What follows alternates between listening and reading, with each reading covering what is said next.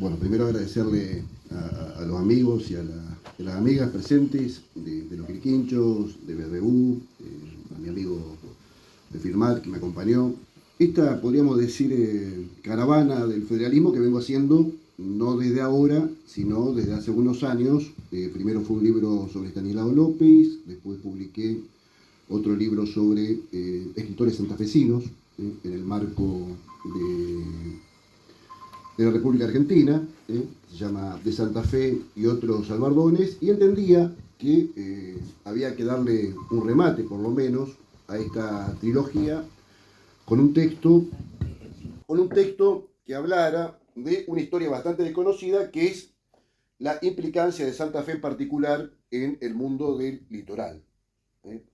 Una historia no muy conocida, o casi totalmente desconocida, y yo que soy licenciado en Ciencias Políticas, me decía la otra vez, Darío, ¿por qué no suelo, digamos, chapear con el título? Y no suelo chapear simplemente porque yo pasé por la universidad sin saber todas estas cosas que estoy estudiando hace un montón de años. Es decir, mi formación es básicamente autodidacta en esta materia porque lamentablemente en materia histórica, en materia de ideas, seguimos siendo tributarios, aún incluso en la universidad, donde yo tuve 3 historias de una concepción que no tiene en cuenta muchísimas cosas que pasaron en el litoral, no digo argentino, sino rioplatense. Y rioplatense porque lo que no se dice en general es que a la par de Belgrano, a la par de San Martín, a la par de Güemes, que fueron grandes patriotas, esta zona le debe muchísimo al caudillo oriental José Gervasio Artigas. ¿Por qué? Porque la autonomía de Santa Fe, en 1815, nosotros somos autónomos desde abril de 1815, cuando tuvimos nuestro primer gobernador, que fue Francisco Antonio Candioti, tenemos una relación muy estrecha, más que con lo que pasaba en Buenos Aires, con lo que pasaba en Montevideo. Esto puede sorprender a algunos, pero la autonomía de Santa Fe en abril de 1815 tuvo que ver con la participación de las tropas artiguistas básicamente de Entre Ríos, en la liberación de Santa Fe de lo que era en ese momento el yugo porteño, el directorio porteño. Esto a mí no me lo explicaron en la secundaria, tampoco lo vi con demasiada profundidad en la universidad, pero forma parte de los deberes que tenemos que hacer los que vivimos en esta zona y en el litoral argentino para comprender, como decía antes, a una figura tan importante como Artigas. Están pasando ahora en Cinear, creo, la miniserie de Artigas, que es muy buena y que está empezando a hacer un poco de justicia con esta figura. ¿Y por qué digo que Artigas es tan importante como Belgrano y como San Martín? Simplemente porque Artigas fue alguien, hasta su caída en 1820, que gobernó a partir de los pueblos libres, que era una asociación de los distintos estados, de Santa Fe, de Entre Ríos, de Corrientes y de la Banda Oriental, en antagonismo con Buenos Aires. Eran 2 proyectos diferentes. Este proyecto, que se diferenciaba de Buenos Aires, tenía dos bases que ahora, en el año 2024, seguimos discutiendo. ¿Cuáles eran las 2 bases del artiguismo? Eran luchar contra la centralización política y contra la concentración económica. La centralización política era el directorio porteño que mandaba sobre las provincias haciendo lo que quería. Lo que a veces no se explica es que cuando se hace la Asamblea del año 13, los diputados del artiguismo son rechazados porque proponían la independencia. En ese momento, Carlos María de Alvear y el directorio porteño estaba buscando un monarca que viniera por estas tierras y, sin embargo, los santafesinos, los entrerrianos, los de la Banda Oriental y los correntinos, 2 años después de esta asamblea que rechazó a los diputados artiguistas, declaró independencia el 29 de junio de 1815, un año antes del Congreso de Tucumán. Ahí hay un libro bastante interesante de Tito, que habla de las 2 independencias, muy documentado, y de Tito no es una persona demasiado simpatizante con el federalismo, pero que explica muy bien estas 2 independencias que se dieron casi simultáneamente, Pero cuando uno en la secundaria investigaba o le preguntaba, como me pasó a mi maestra secundaria, por qué Santa Fe no estaba en el Congreso de Tucumán, no sabía qué responderme. Porque no había una currícula en aquel momento, hoy en día sí, pero en aquel momento, cuando yo hice la secundaria, en la época de la dictadura, no me explicaron absolutamente nada de esto. Tampoco me explicaron que el primer gobernador de la provincia de Santa Fe, y que yo el retrato en este libro, Francisco Antonio Candioti, era un profundo artiguista. Era alguien ligado a Artigas y en ese momento era el hombre más rico de Sudamérica. Francisco Antonio Candioti, cuando vinieron los hermanos Robertson, hay unas memorias que se llaman Letras del Paraguay, bastante interesantes, y se encontraron con Candioti, se encontraron con una persona que medía casi 1,90, era rubio, y andaba con las mejores pilchas, y lo llamaron el príncipe de los gauchos. El príncipe de los gauchos por las características que tenía Candioti. Bueno, Candioti también es un absoluto desconocido, no solamente en nuestra zona. La otra vez estuve en Santa Fe presentando este libro, en la casa del brigadier Estanislao López, y me comentaba, hay un descendiente, Luis Candioti, que tiene un libro sobre su ascendiente, Francisco Antonio, me decía que hay un solo monumento en la ciudad de Santa Fe que recupera la figura de Candioti. Es nuestro primer gobernador artiguista, el hombre más rico, como decía, de Sudamérica, un hombre que tenía relación con el Paraguay, que tenía relación sobre todo con el Alto Perú, porque en ese momento Santa Fe estaba mucho más ligada a el Alto Perú, a Montevideo y Asunción del Paraguay que a Buenos Aires. Porque Buenos Aires, después de la creación del Virreinato de Río de la Plata, simplemente era un lugar de contrabando. Era un lugar de entrada y de salida del oro, de la plata, de los metales preciosos que venían del Alto Perú.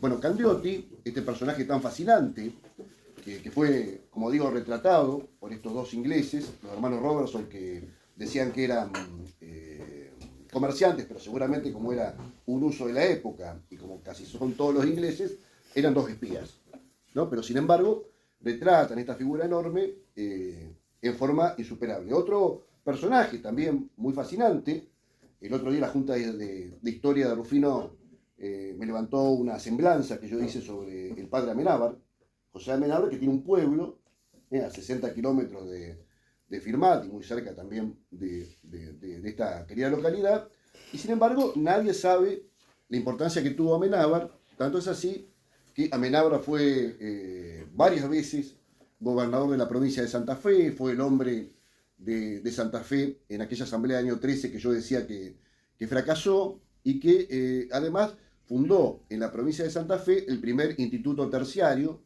la primera, vamos a decir, universidad o algo parecido en Santa Fe, que fue el Instituto San Jerónimo en 1832. Estas cosas no se enseñan, por ejemplo, en materia educativa.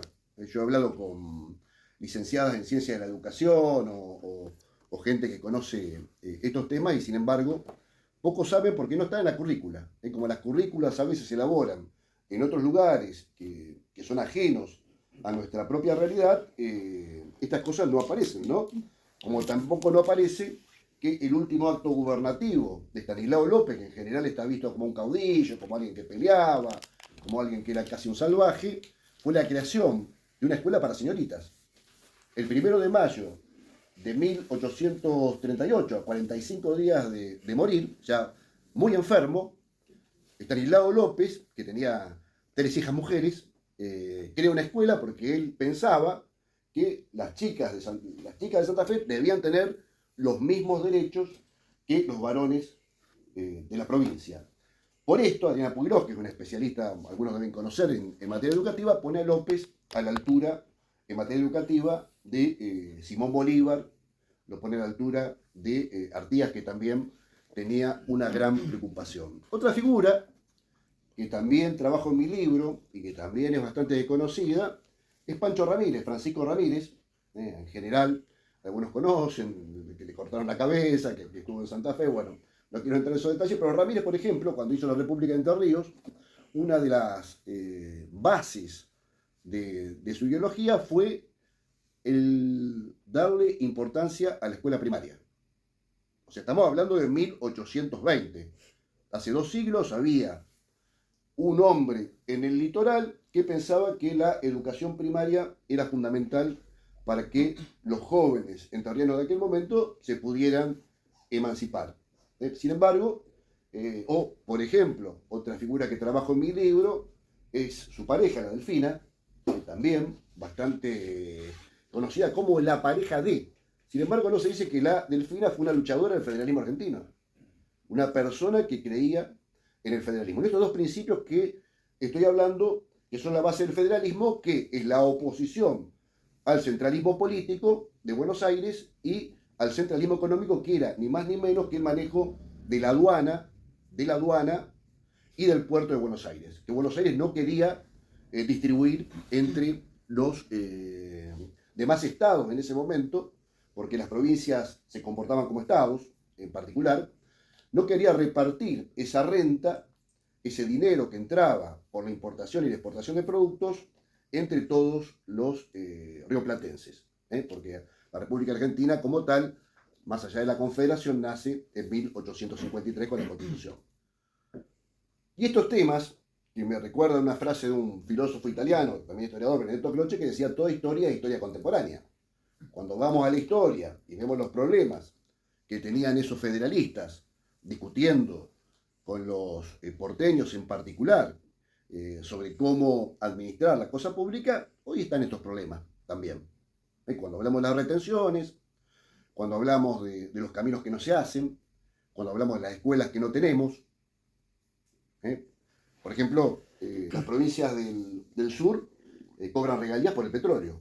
Nosotros estamos exportando permanentemente clima, estamos exportando suelo, estamos exportando agua sin ningún tipo de retribución, porque ese dinero no queda acá y no se distribuye como se tiene que distribuir equitativamente en Los Quirquinchos, en Firmat, en Santa Fe.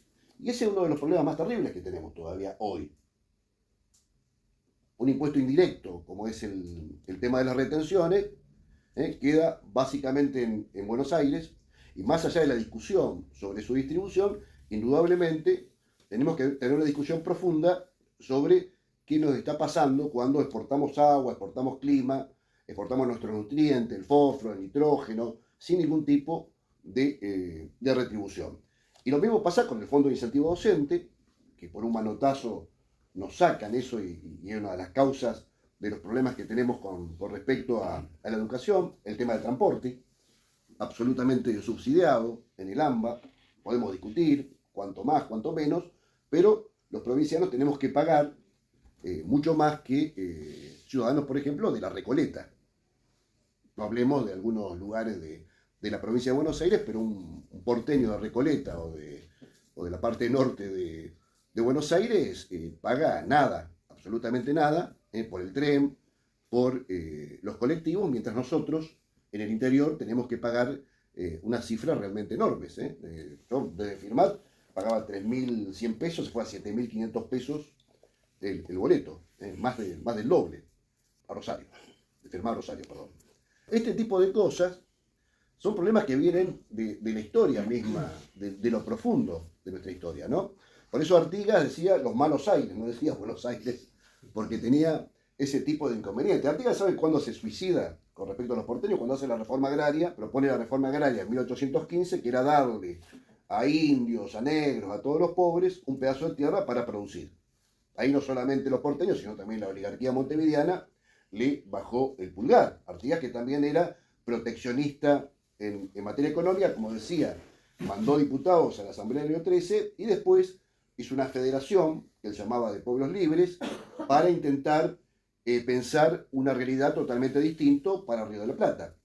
A veces lo que no se nos dice, no se nos explica, por ejemplo, yo estudié Alperindongui en la universidad, Revolución y Guerra, que es un muy buen libro, él decía el poder central es Buenos Aires. No, el poder central estaba en el litoral, porque las provincias más ricas, más poderosas, si tenemos en cuenta también la banda oriental, era esta zona. No era Buenos Aires, Tucumán, Salta, más allá de toda la importancia que tenían, ¿no? La importancia económica, geopolítica. Y digo esto porque se nos escapa que ese proyecto era un proyecto que trajo a esta zona, a Río de la Plata, las ideas más modernas en aquel momento, que eran las ideas de Estados Unidos. A veces uno escucha a mucha gente que admira a los Estados Unidos, pero no explica que Artigas, que López, que Pancho Ramírez eran también admiradores de los Estados Unidos aquellos que en 1776 hicieron una constitución, una independencia, que tenía su base en la soberanía del pueblo y en el federalismo. Mientras Belgrano, que era un tipo admirable, o San Martín, otro tipo admirable, y Güemes, eran monárquicos. O sea, tenían, ¿por qué? ¿Por qué eran monárquicos? No eran monárquicos porque eran unos reaccionarios, a veces como uno piensa. No, eran monárquicos porque la única experiencia, o las dos experiencias en el mundo que habían triunfado desde el punto de vista de la República y la democracia, eran los Estados Unidos en particular, y también en 1791 la República de Haití. Los haitianos, los negros, habían expulsado a los franceses. Francia, por un lado, blandía la igualdad, la fraternidad en su país, pero eran esclavistas en Haití y en otros lugares del mundo. Bueno, Norteamérica tenía un proyecto en ese momento que era algo nuevo, algo novedoso. Y Artigas, a partir de una serie de lecturas que tuvo, trajo a esta zona las ideas más modernas de aquella época. Por lo menos tiene la visión sarmientina, ¿no? del caudillo, que después vino a Mitre o a Vicente Fidel López, esto de civilización o barbarie. Y no entendemos que el caudillo es una expresión del pueblo, ¿no? Esto, Arturo Jaureche, que ahora se cumplen 50 años, decía la montonera del sindicato del gaucho. Bueno, de alguna forma, Artigas era la expresión, o tomando un pensador muy agudo, llamado Plejánov, ruso, que decía el líder es la expresión de los veneros profundos de un pueblo. Bueno, eso era Artigas, eso era López, eso era Ramírez, y eso era todo el entramado político y social de los federalistas del litoral. Un ideario que creo yo que hay que recuperar, porque es un ideario muy importante. Por ejemplo, otro tema que a veces me preguntan, bueno, Mariano Vera, ¿no? Que también está en mi libro, para muchos es solamente la cabecera de un departamento de la provincia, pero Mariano Vera fue el segundo gobernador que tuvo en la provincia de Santa Fe, fue un gran federalista y que además murió defendiendo el federalismo, ¿no? Que tiene una correspondencia muy interesante con Güemes.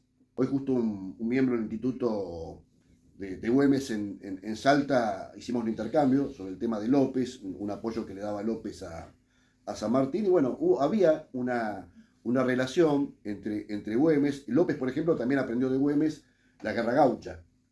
Por ahí, si a alguno le interesa el gran libro de Lugones, hoy en día está lleno por ahí, tiene 400.000 palabras, hay que andar con el diccionario permanentemente como el Quijote. Son esos libros que por ahí tienen un montón de palabras no habituales, pero sigue siendo un libro notable, ¿no? O la película por ahí, que creo que es de Luca de Mare, que es del año 40, también una gran película.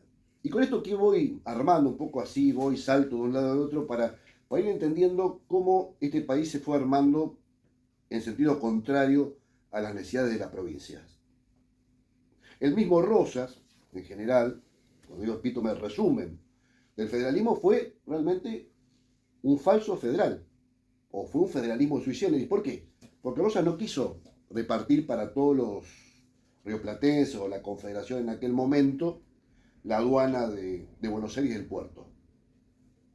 Él lo quería para él, y por eso tuvo conflictos con otro personaje que también trabajo en este libro, que es Pedro Ferré, otro gran federalista que fue gobernador de Corrientes. En el que viene se cumplen 200 años de la llegada de Pedro Ferré al gobierno de Corrientes. Y Pedro Ferré, en 1830, proponía algo que cuando yo estudié economía, estudié la escuela histórica alemana, que tenía un gran pensador llamado Federico Ries, que escribió en 1841 un libro del Sistema Nacional de Economía Política. Pero nadie me explicó que Pedro Ferré, en 1830 y pico, decía lo mismo, o tenía las mismas ideas en un trabajo que hizo un intelectual, García de Cosio, que también está en mi libro, que escribió un libro, Cuestiones Nacionales, que proponía la defensa de la industria nacional, de la competencia, en particular inglesa. O sea, estas ideas proteccionistas que, por ejemplo, Estados Unidos defendía Alexander Hamilton, ¿no? Yo en la universidad me hicieron leer el Federalista de Hamilton, Jay y Madison. En general, los que estudian Derecho, si acá hay algún abogado, debe haber visto en alguna materia este libro. nadie me explicó qué pensaban los federalistas argentinos. O sea, yo estudié los federalistas estadounidenses, el libro El Federalista, que es un gran libro por otra parte, son un montón de publicaciones. De estos, Madison fue primer presidente de la Corte Suprema, Hamilton fue presidente de los Estados Unidos, Madison también, es decir, grandes políticos e intelectuales que hicieron un corpus de pensamiento sobre el federalismo. Bueno, este libro intenta hacer una especie de El Federalista, recuperar en este modesto libro las ideas de todos estos federalistas, porque tuvieron un montón de ideas. Artigas hizo la primera constitución federal de Río de la Plata no aplicada. La primera aplicada fue el Estatuto Provisorio de Estanislao López de 1819. Fue un estatuto provisorio. La primera constitución también fue de Santa Fe, la constitución de 1841. Juan Pablo López era el gobernador de la provincia. Estas cosas no se dicen, no se estudian. Y este pensamiento de estos federalistas es absolutamente desconocido, que no es por ahí un pensamiento orgánico, porque hay trabajos, pero los estadounidenses tampoco tienen un pensamiento orgánico. Eran escritos que después se compilaron, y nosotros tenemos el deber de conocer los argentinos y las argentinas de bien, o los rioplatenses de bien, de conocer el pensamiento de esta gente que dio lo mejor de sí, incluso dio su vida, como fue el caso de Domingo Cullen. Domingo Cullen fue fusilado por Juan Manuel de Rosas, entonces cierta parte del revisionismo más tradicional lo critica, pero Cullen fue un hombre que defendió los intereses de Santa Fe, porque cuando se crea hay un bloqueo de los franceses, Cullen va por orden de López, ya estaba muy enfermo, a negociar con los franceses porque Santa Fe estaba en una inopia, una falta de recursos enorme, absoluta. Entonces, bueno, ahí se da toda una circunstancia, se escapa a Santiago del Estero, y Barra después se lo entrega a Rosas, y Rosas lo fusila cerca de San Nicolás. Pero Cullen fue un verdadero federalista que tuvo mucho que ver con el Pacto Federal de 1831, que es la base, el tratado más importante que va a dar sus frutos en la Constitución de 1853. Este Pacto Federal decía en uno de sus artículos que debía llamarse a un congreso para constituir el país. Eso lo defendía mucho López, lo defendía también Pedro Ferré, lo defendía otro personaje que trabaja en mi libro que se llama Manuel Leiva, que fue un hombre muy importante en el Pacto Federal, que tuvo mucho que ver también con la Constitución del 53, que fueron hombres que entendían que había que salir de la inconstitución, había que salir de esa anarquía que nos impedía ser una nación poderosa. Esto lo dice, por ejemplo, López y Cullen en una carta de protesta por la ocupación de Malvinas. Estanislao López fue el primer gobernante que hizo una oposición directa después de la ocupación en 1833 de las Malvinas, y decía: uno de los problemas que tenemos en el Río de la Plata, y en particular en lo que era la Confederación Argentina a partir del Pacto Federal, es que no nos hemos constituido como un país. Esto no suena hoy, con todos los problemas que tenemos los patagónicos por un lado, los del norte por el otro, Santa Fe también con toda su agenda. Bueno, todos estos planteos están en estas personas. Está en el Olegario B. Andrade, que uno, si le gusta la literatura, lo ve como un poeta, el famoso Aparecida de San Martín, pero que tiene un libro, un trabajo, en particular se llama Las dos políticas, donde dice que hay una política de Buenos Aires, que es la política de la aduana, que es la política del puerto de Buenos Aires, y después está la política del interior, que representaron básicamente, según Olegario de Andrade, en la figura de Artigas, después de Pancho Ramírez, y fue un hombre también ligado a otro personaje que trabajo en mi libro, que es muy discutido, muy complejo, que es Urquiza. Urquiza, que fue un hombre ligado a Rosas hasta determinado momento de la historia.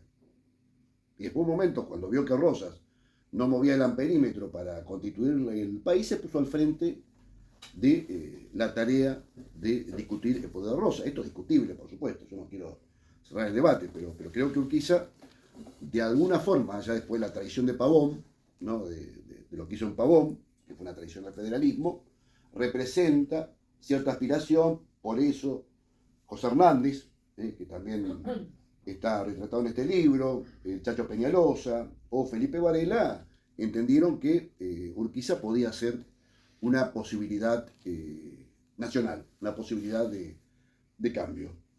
Yo tampoco no tengo una visión tan negativa de Rosas, pero sí comparto una idea de Pedro Ferré, que Rosas defendió valerosamente la soberanía nacional, pero con respecto al interior se comportaba como un tirano. ¿Por qué? Porque no quería constituir el país. No quería repartir la aduana, no quería hacer una constitución, y no quería que el puerto de Buenos Aires fuera un puerto para todos. Que eso fue uno de los grandes problemas hasta la federalización en 1880 de la capital federal. Entonces, todo este pensamiento, todo este magma, como decía, en Corrientes, García de Cosío, Leiva también, que estuvo en Santa Fe, estuvo en Entre Ríos, en Santa Fe López, Amenábar, Mariano Vera, Puyen, Candioti, es decir, toda esta gente pensó en un país federal, un país que tuviera un equilibrio de poder, porque el federalismo básicamente es eso, es equilibrar el poder entre el centro y las demás provincias. ¿Es un problema argentino? No, es un problema mundial. Te hable con un francés y te va a decir de que no sea de París y te va a hablar pestes de París.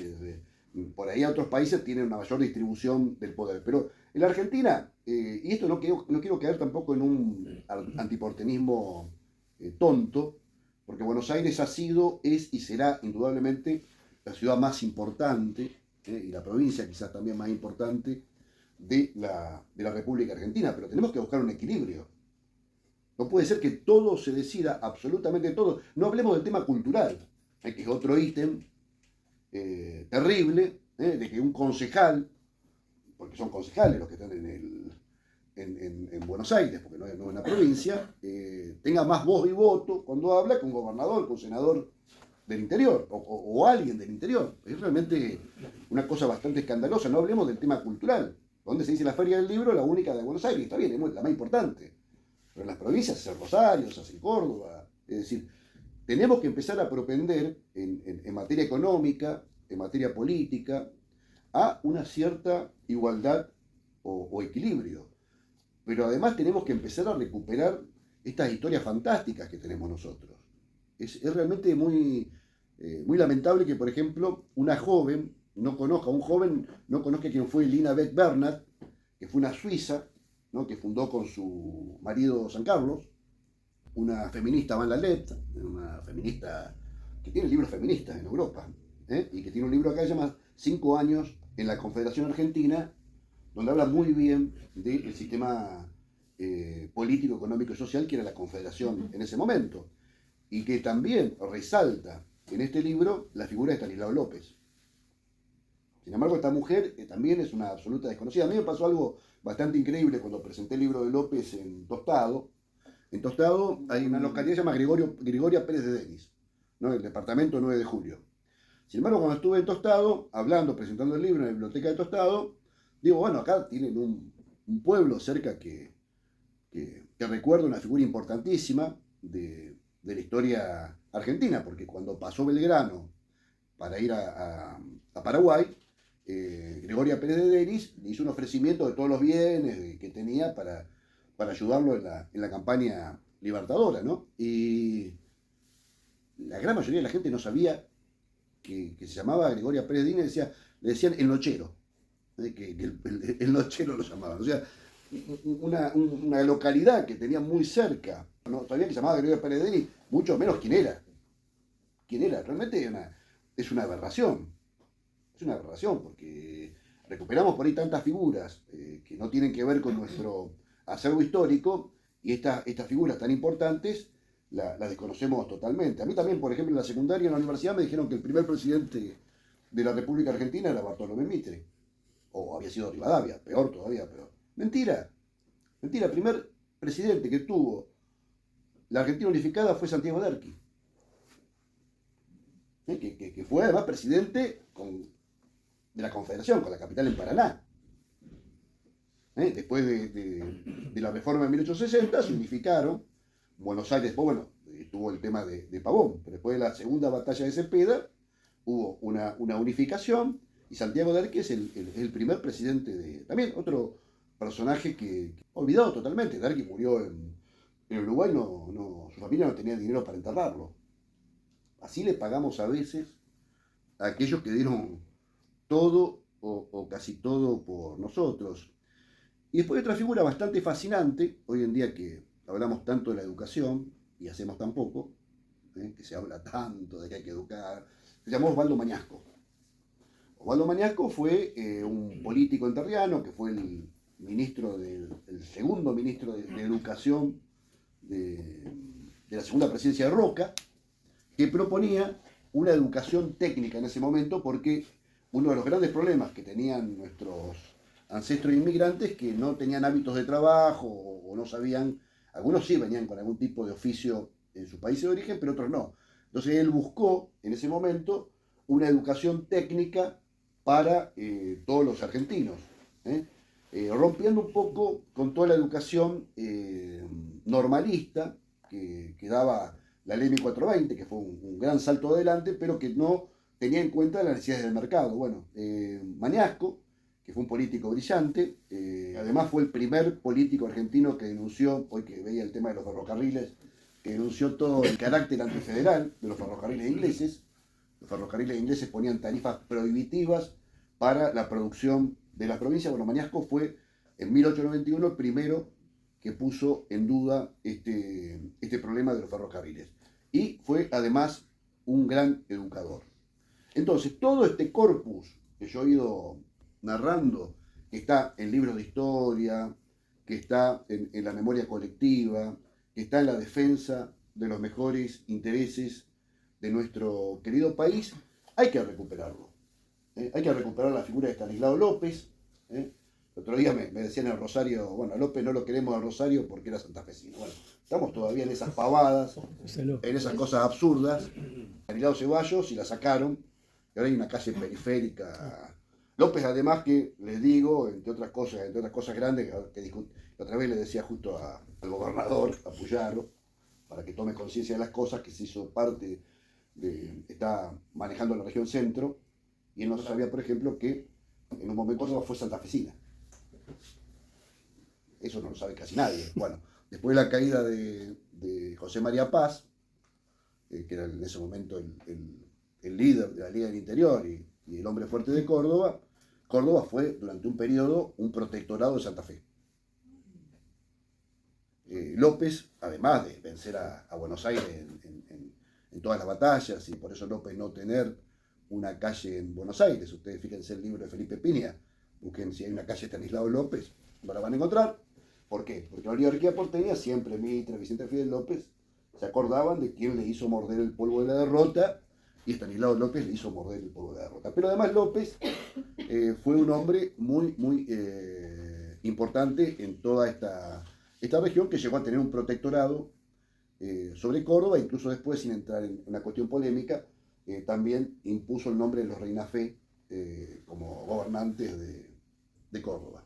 Pero quiero decir que López tenía, que a veces visto como un caudillo provincial, un caudillo secundario con respecto a Rosas, un caudillo que incluso, entre comillas, traicionó a Artigas. En este libro también explico por qué no lo traicionó Artigas, que también es discutido. Yo soy integrante del Instituto Artiguista de Santa Fe, y esto me ha llevado a algunas discusiones, pero en este libro puedo partir una serie de datos que no quiero.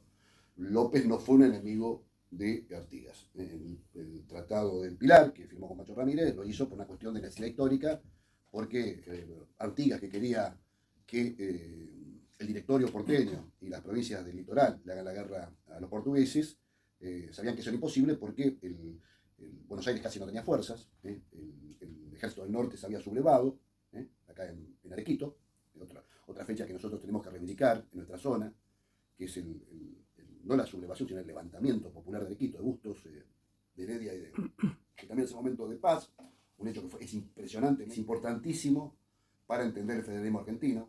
Sin el levantamiento de Arequito no hubiera existido la posibilidad de la batalla de Cepeda. Y la desobediencia de San Martín. San Martín iba a venir a pelear. El ejército del norte estaba diluido, Y el ejército porteño también estaba ahí con internas. Soler se fue a la provincia cuando Zarratea llegó al gobierno. Entonces, todas estas condiciones hicieron que Santa Fe y Entre Ríos, Ramírez y López firmaran el Tratado del Pilar. Antes a Artigas los portugueses lo habían destruido en Tacuarembó. Entonces era casi imposible poder enfrentar por la potencia, porque a veces nosotros hablamos mucho de España, pero cuando Napoleón invade la península en 1808, los Braganza, los portugueses, el reino de Portugal, se viene a Río de Janeiro y traen muchos soldados que habían peleado contra Napoleón. Ustedes se imaginan nuestros pobres gauchos. Santa Fe en ese momento tenía 10.000 habitantes. Demográficamente era imposible poder hacer frente. Santa Fe incluso estaba en mucha asimetría con respecto a Corrientes, a Entre Ríos, a Buenos Aires, a Córdoba. Tenía muchos menos habitantes. Entonces era imposible en ese momento el enfrentamiento y se firma el Tratado de Pilar, que a veces en algunos sectores del artiguismo más duro hablan de la traición del hombre, ¿no? Yo en este libro trabajo ese tema, creo con bastante seriedad, a partir de unas cartas de la mano derecha de la Torre, la mano derecha de Artigas, y explico el tema. Entonces, para ir redondeando un poco y después si empezamos a tener una charla, yo creo que tenemos que recuperar ese pensamiento federal que está en el fondo de nuestra historia, esa práctica que hicieron estas personas, muchos de los cuales dieron la vida por esta provincia, los pusieron en peligro, porque si queremos realmente una Argentina, o por lo menos un Río de la Plata, yo siempre pienso en Uruguay también como una especie de hermanos, por razones culturales, si queremos tener un futuro, tenemos que recuperar todo esto, porque es terrible que uno hable con jóvenes y te digan en el país de, entre comillas, o me voy, me quiero ir, o por ahí en los pueblos se vayan nuestros jóvenes porque no tienen recursos y a veces quedan en otros lugares que no tendrían que quedar. Yo creo que tenemos que recuperar este pensamiento, esta práctica para poder tener un futuro con esperanza. Nada más, gracias.